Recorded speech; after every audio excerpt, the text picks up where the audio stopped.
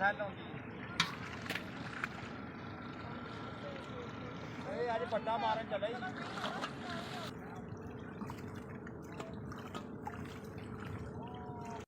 ਓਏ ਆ ਯਾਰ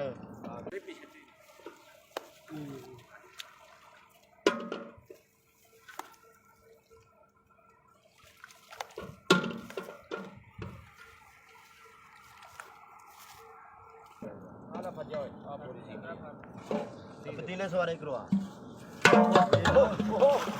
ओए जसवा मार देते और दाबड़ा मार पतीला मार देता है आला ओके करना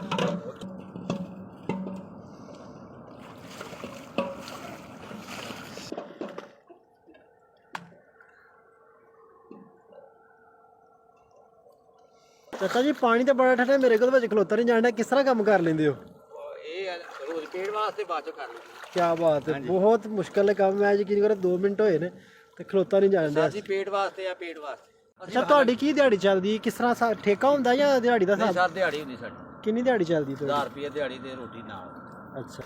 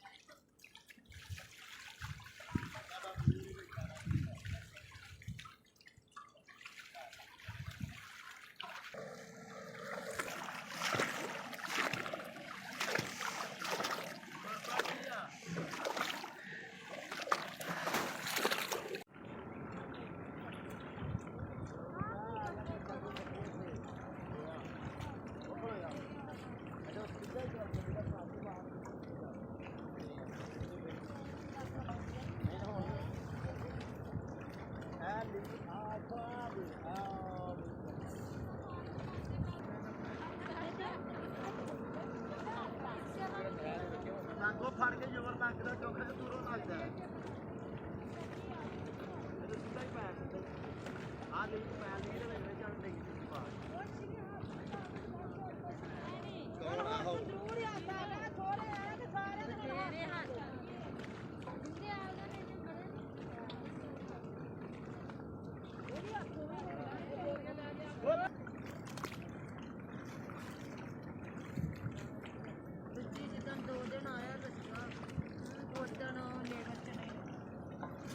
ਜਿਹੜੀਆਂ ਨਾ ਤਿਆਰੀਆਂ ਲਾਈਆਂ ਨੇ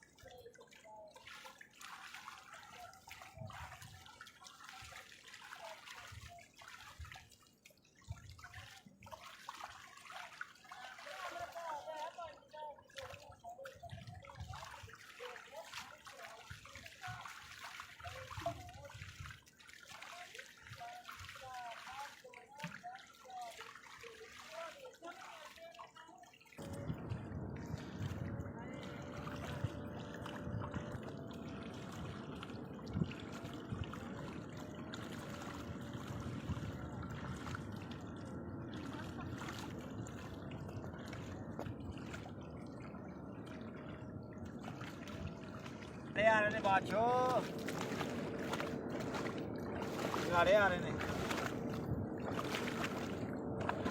ਇਹ ਗੋਰੇ ਵੇਖ ਕੇ ਪਰੇਸ਼ਾਨ ਹੋਣ ਗਏ ਇਹ ਕੀ ਕਰ ਰਹੇ ਨੇ ਬਾਕੀ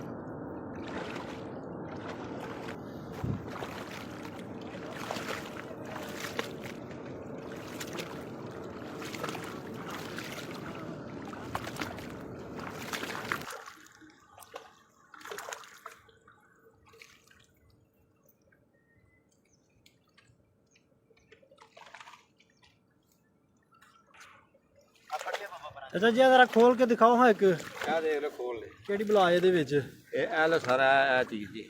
ਇਹ ਗਿਰੀ ਏ ਇਹ ਗਰੀ ਇਹ ਕੱਚੀ ਵੀ ਖਾ ਲਈਦੀ ਏ ਕੱਚੀ ਵੀ ਖਾ ਆ ਅੱਛਾ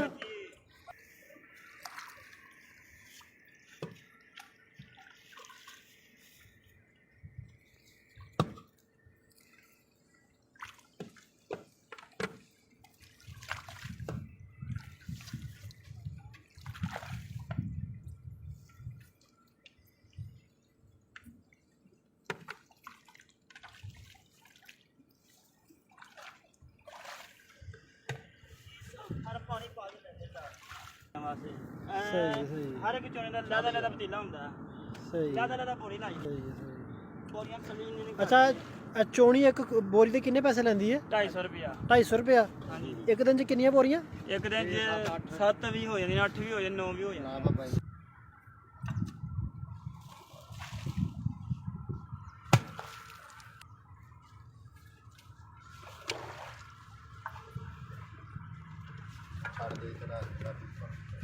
ਪੂਰੀ ਖਲਾ ਰਹੇ ਲਾ ਬੋਰੀ ਹਿਲਾ ਨਾ ਖਲਾੜਦਾ ਨਹੀਂ ਆ ਤੇ ਡਿੱਗ ਜਾਂਦੀ ਅੱਗੇ ਦੋ ਡਿੱਗ ਨਹੀਂ ਡਿੱਗਦੇ ਯਾਰ ਉਹ